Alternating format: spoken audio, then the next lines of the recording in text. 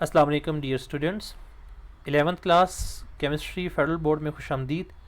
बच्चों, आज जो है हमारा लेक्चर नंबर 10 है। इसमें हम पढ़ेंगे शेप्स ऑफ ऑर्बिटल को।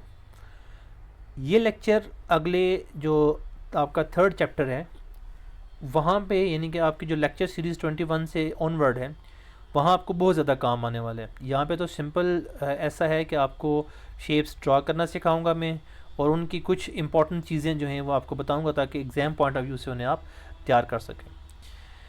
जैसा कि बच्चों आपको पता है कि हमारा जो लेक्चर है उसके 3 सेगमेंट होते हैं। पहले हम टॉपिक को इन डेप्थ लेक्चर को एक्सप्लेन करते हैं, हम एक एक चीज़ रियल लाइफ एग्जांपल से समझते हैं।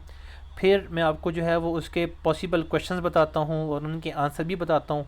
फिर वो जो आंसर्स हैं उनको आप नोट्स की फॉर्म में अपने फाइनल पेपर के लिए तैयार कर लेते हैं। चलते हैं जी अपने टॉपिक पे। आपकी टेक्स्ट बुक जो है नेशनल बुक फाउंडेशन में उन्होंने जो है वो ये 4 पॉइंट लिखे हुए हैं बेसिक, कि एस की जो शेप होती है वो होती है स्फेरिकल शेप होती है बेटे। पी ऑर्बिटल की शेप होती है डम्बल शेप होती है, और डी ऑर्बिटल की शेप जो है वो क्लोवर लीफ की तरह की होती है। एफ ऑर्बिटल की जो है वो कॉम्प्लिकेटेड शेप होती है। यहाँ कुछ बच्चों के जहन में ये भी आ रहा होगा कि सर हमारे बुक की एक्सरसाइज में सॉसेज शेप भी है, तो वो क्या चीज़ है? थोड़ा सा होल्ड करें, आगे मैं उसके बारे में जब हम डी की एक्सप्लेनेशन करेंगे वहाँ पे भी जिक्र करूँगा मैं उसका।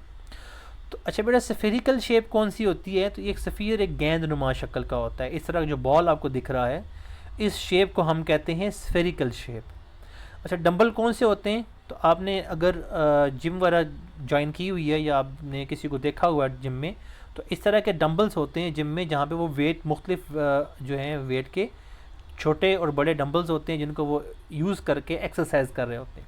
इस तरह की जो शेप है, इस तरह की शेप को कहते हैं डंबल शेप। ये पी ऑर्बिटल की होती है। क्लोवर लीफ जो है वो क्या है कि इस तरह के जो पत्ते हैं, ये जो एक पौधा है तो ये उसके जो है वो क्या है, पत्ते हैं, और इस पत्तों में जो शेप है इसको जो है वो क्लोवर लीफ शेप कहते हैं। फिर बेटा, कॉम्प्लिकेटेड शेप से क्या मुराद है? कॉम्प्लिकेटेड शेप वो शेप होती है जिसको हम किसी के साथ रिलेट करके ना एक्सप्लेन ना कर सकें। फॉर एग्जांपल, बॉल की तरह की शेप को स्फेरिकल शेप कह दिया ना हमने, डंबल की तरह की शेप थी डंबल शेप कह दिया। लेकिन फॉर एग्जांपल इस तरह की कोई शेप हो, अब इसको आप स्टार भी नहीं कह सकते क्योंकि इसके अंदर ये दरमियान वाली एक हुक निकली हुई है बाहर। इस तरह की शेप्स जो कि ईजी वर्डिंग में हम एक्सप्लेन ना कर सकें, रियल लाइफ एग्जांपल के साथ एक्सप्लेन ना कर सकें, उनको हम कॉम्प्लिकेटेड शेप्स कहते हैं। आपके इंटरेस्ट के लिए मैंने इस लेक्चर के एंड में ये एफ ऑर्बिटल की जो शेप्स हैं वो भी दी हुई हैं ताकि आपको वो पता लग जाए कि कौन कौन सी शेप्स होती हैं।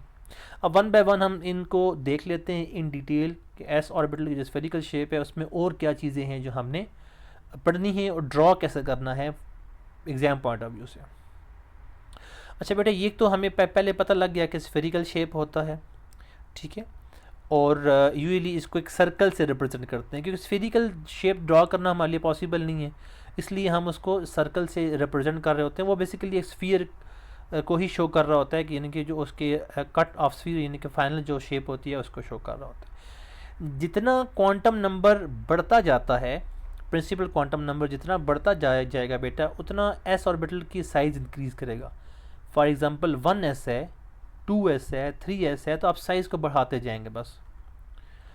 नेक्स्ट ये 2s फॉर एग्जांपल यहाँ हमने जिक्र किया हुआ है, 2s जो है वो क्या है, लार्जर है 1s से, जो कि न्यूक्लियस से क्या है, ज़्यादा दूर है। फिर जब हम बात करते हैं, कुछ जगह इनकी ऐसी होती हैं जहाँ पे इलेक्ट्रॉन डेंसिटी ज़ीरो होती है, तो प्रोबेबिलिटी ऑफ फाइंडिंग जो इलेक्ट्रॉन होता है बेटा वो क्या होता है, ज़ीरो होता है। उसको हम कहते हैं नोडल प्लेन, ठीक है, नोड कहते हैं। और नोडल प्लेन जो है वो पी ऑर्बिटल में 1 होता है, डी में 2 होते हैं, ऐसे करके हम सारा कुछ ना एक्सप्लेन करेंगे। तो अगर आपने ड्रॉ करना हो 1s को, तो आपने एक सर्कल ड्रॉ करना है, और इसके कंपैरिजन में जब 2s ड्रॉ करेंगे तो उस सर्कल को आपने एक्सपेंड कर देना है। यानी कि यहाँ पे जो सर्कल आप ड्रॉ किया हुआ है ये पहले वाले से थोड़ा सा बड़ा सर्कल है, फिर 3s के लिए उससे बड़ा सर्कल, 4s के लिए फिर उससे बड़ा सर्कल जो है वो आप ड्रॉ करेंगे। सिमिलर बेटा, जो p ऑर्बिटल है, ये मैं आपको अगेन बता रहा हूँ कि जो हाइब्रिडाइजेशन का कॉन्सेप्ट आना है आपका, हाइब्रिडाइजेशन के जो कॉन्सेप्ट में आपको लाजमी तौर पे ऑर्बिटल ड्रॉ करने होंगे, इसलिए इसको सही तरीके से अंडरस्टैंड कर लें। तो 3 वैल्यू जो हैं वो मैग्नेटिक क्वांटम नंबर की हैं। पी के लिए हमने पहले डिस्कस किया हुआ है, एक्स वाई और जेड एक्सिस के अराउंड होता है, डम्बल शेप होती हैं। अच्छा बेटा यहाँ पे वो कह रहा है कि डायरेक्शनल नेचर है इसकी, कि इनका जो कैरेक्टर है वो डायरेक्शनल है।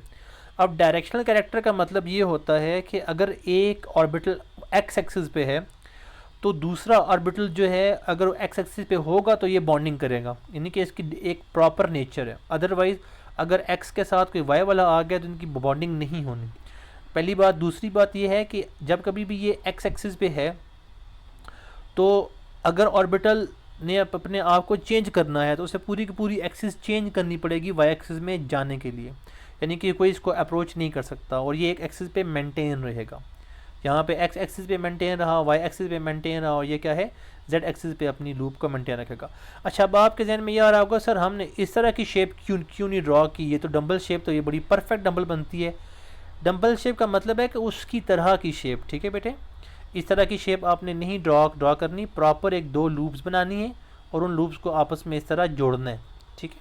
जब आप यहाँ पे ड्रा करेंगे 2 डायमेंशनली तो इस तरह की शेप को ड्रॉ करते वक्त आपने इस तरह की शेप ड्रॉ करनी है और फिर जो है इसको फर्दर मेंशन करना है कि ये एक्स एक्सिस है, वाई एक्सिस है, कौन सी एक्सिस है। फिर इसके नीचे जो है ना 2p(x) 2py 2pz आप लिखना चाहें तो वो लिख सकते हैं। अगेन इनका भी साइज़ जो है वो क्या होता है कि प्रिंसिपल क्वांटम नंबर के बढ़ने से बढ़ता है।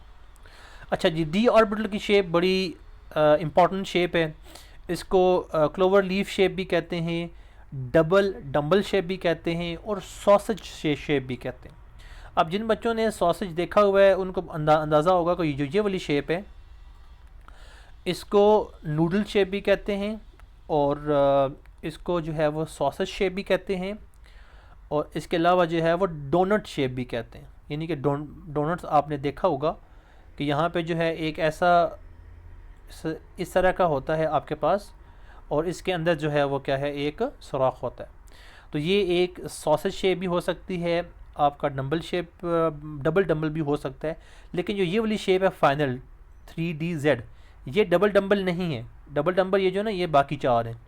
अब इनको आपस में डिफ्रेंशिएट कैसे करना है उसको ज़रा अंडरस्टैंड कर लें बेटा। 3 ऑर्बिटल जो ऊपर ड्रा किए हुए हैं इनको हम कहते हैं बिटवीन द एक्सिस। बिटवीन का मतलब होता है दरमियान, ये एक्सिस के दरमियान एग्जिस्ट करते हैं, बिटवीन एग्जिस्ट करते हैं। मतलब क्या कि अगर ये एक्स एक्सिस है ये वाई एक्सिस है तो इसके दरमियान अगर इनकी लोब है तो इसको हम कहते हैं कि ये क्या है, ये between X and Y axis है, इसलिए हम लिखेंगे 3DXY।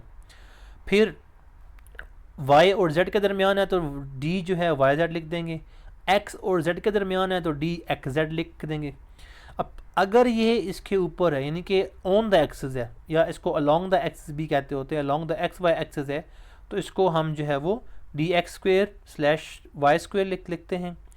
और फिर जो है dz² है तो वो क्या है एक हमारे पास dz² है और साथ में जो एक हमने क्या कहा है कि डोनट टाइप इसके अंदर चीज़ बनी हुई है जिसको टोराइडल रीजन कहते हैं, ठीक है। तो इसको dz² शेप है। इनको ड्रॉ करना है पेपर पॉइंट ऑफ व्यू से, ये बड़े ज़रूरी हैं। अब आपके जहन में एक और चीज़ आ रही होगी कि सर यहाँ पे z एक्सिस तो नहीं ड्रॉ हुई, क्या हम z एक्सिस ड्रॉ कर दें? तो कोई ज़रूरत नहीं है z एक्सिस ड्रॉ करने की इस केस में जब आप y एक्स को ड्रॉ कर रहे हो। सिमिलरली यहाँ x की कोई ज़रूरत नहीं है, यहाँ y की भी कोई ज़रूरत नहीं, सिंपल 2 एक्सिस ड्रॉ करें, उनके ऊपर अपना स्ट्रक्चर को ड्रॉ कर दें। अलबत्ता यहाँ पे अगर आप ड्रॉ करना चाहें तो इट्स अप टू यू, अगर आप ड्रॉ कर दें तो बेहतर है, लेकिन एक एक्सिस आपको ड्रॉ करनी पड़ेगी x या y z के साथ। अच्छा, f ऑर्बिटल की शेप्स कौन कौन सी होती हैं बेटा? f ऑर्बिटल की जो पहली शेप होती है वो होती है fx × x² - 3y², fy(x²) - z², fxz², fz³, fyz², fxyz, fy3x² / या इसको माइनस पढ़ें y²। तो ये जो 7 शेप्स हैं ये f ऑर्बिटल की शेप हैं और इन शेप्स के बेटा ड्रॉ करना जो है ना वो पेज पे उस तरह से पॉसिबल नहीं है। ये उस तरह की dz² वाली शेप है, लेकिन इसमें जो है ना वो 2 तरह के डोनट्स पड़े हुए हैं, तो ये चीज़ें जो है ना वो ड्रॉ करना मुश्किल होते हैं। अच्छा, पहला बेटा यहाँ पे एक MCQs बन सकता है कि किसकी कौन सी शेप है, जो आपकी फेडरल बोर्ड की टेक्स्ट बुक में भी है एक्सरसाइज में। हमने उसका लेक्चर अलग से रखा हुआ है इसलिए उसको यहाँ पे डिस्कस नहीं करते। तो पहला जो क्वेश्चन बन सकता है शॉर्ट क्वेश्चन वो यही है कि ड्रॉ द शेप ऑफ अब p ऑर्बिटल भी कह सकता है, d ऑर्बिटल भी कह सकता है, s भी कह सकता है, लेकिन f नहीं कह सकता क्योंकि उसकी शेप सिलेबस में नहीं है। तो आपने ड्रॉ नहीं करनी, हाली शेप ड्रॉ करके भाई हमने ड्रॉ कर दी। आप पहले इसको एक्सप्लेन करेंगे कि ये जो ऑर्बिटल होते हैं इनकी ये वाली शेप होती है, इनमें से D X Y, D Y Z, D Z X जो हैं वो क्या हैं, बिटवीन द एक्सिस हैं, बाकी दो अलॉन्ग द एक्सिस हैं। फिर इनकी शेप ड्रॉ करनी है सही